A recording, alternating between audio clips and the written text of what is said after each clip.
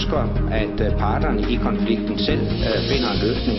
Der blev konstateret fugleinfluenza i en fynsk besætning. 2800 høns og gæs bliver lige nu slået ned.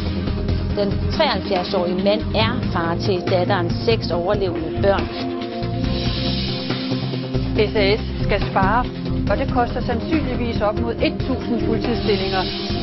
Altså, jeg ved ikke, hvor stor madtank de har med, eller hvor meget vand de har slæbt op. De har brugt de sikkerhedsbarriere, vi havde, og det er så den måde, de opererer på.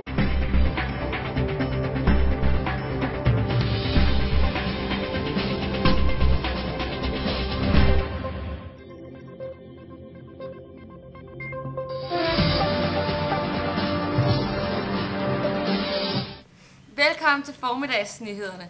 Midt i den travle eksamenstid på landets gymnasier er der sket det, som de fleste elever går og drømmer om. Der er nemlig på Niels Brock Elite Gymnasiet opstået en brand. Og vi stiller direkte over til vores reporter, som der står ved gymnasiet. Og Stefan, hvordan er situationen ved gymnasiet? Jeg står nu her direkte ude foran Niels Brock skole, hvor der i dag angiveligt skal være opstået en brand. Og jeg kan allerede sige nu, at situationen ganske stille er aftaget. Som vi kan se her bagved, er der ikke sket nogen skader på bygningsfront. Men efter sigende skulle det være sket i bygningskælder. Og Annemette, du sad til engelsk skriftlig eksamen, da det her skete. Og hvordan oplevede I det oppe i lokalet? Jamen, vi sad der og havde engelsk eksamen, og vi knoklede alle sammen løs, og så pludselig, så gik al strømmen, og vores computer røg, og internettet røg, der var ingenting. Forfærdeligt midt i en eksamenssituation, og så lugtede der pludselig af fisk i lokalet. Det var rigtig mærkeligt. Og så efter et stykke tid fik vi at vide, at der var udbrudt brand. Og hvad i dag? Så fik der at vide, hvad gjorde I så?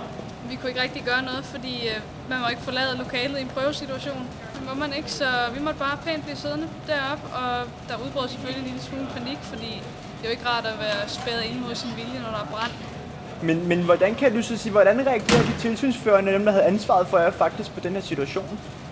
Jeg synes ikke, at situationen blev håndteret særlig godt, fordi brandalarmen virkede ikke, som den skulle. Hvis den havde gjort det, så var vi nok blevet evakueret. Jeg ved ikke, om vi havde gjort det, når det var prøvesituation, men alligevel, man kan aldrig vide. Men jeg synes ikke, det var godt under nogen omstændigheder. Heller ikke, at vi ikke måtte forlade lokalet. Det er jo potentielt livstruende, når der udbryder brand, uanset hvor lille eller stor den så er. Tusind tak, Annemette. Og Stefan, hvad siger politiet til den her sag? Tidligere i dag fik jeg faktisk muligheden for at snakke med politiet, der står for efterforskningen af denne brand. Og de vil faktisk ikke udelukke, at der muligvis kunne være påsat. Og jeg står her med lærer fra Niels Brock, og kunne det være en muligvis påsat brand?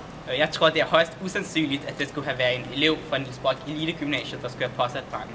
For det er her, de ambitiøse og seriøse elever samler sig. Så rygter, det er en del af ungdomskulturen, men jeg tager stærk afstand fra, at det skulle være en elev, der skulle have gjort. Så du vil kraftigt udelukke, at det ikke kunne være nogen som helst af dine elever, der har kunne finde på det her i kraft af den periode, at det er eksamenstid? Ja, for min 25 års erfaring siger mig altså, mine elever kan ikke finde på sådan noget, især ikke på Elite Gymnasiet. Et sidste spørgsmål. Hvordan har den her brand indvirkning på elevernes eksamen?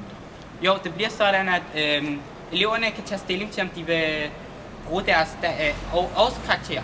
Om det er dem, der skal gå videre, eller om de skal tage en syg eksamen. Og det er så de enkelte elever, der kan vælge det. Tak skal du have. Tak til dig, Stefan. Og jeg har lige fået at vide, at politiet endnu ikke kan fortælle, om branden skulle være påsat eller ej. Så kan de fortælle, at 3 elever er blevet indlagt på Riget på grund af røgforgiftning. Dog mener lærerne, at de allerede kan blive udskrevet her til aften.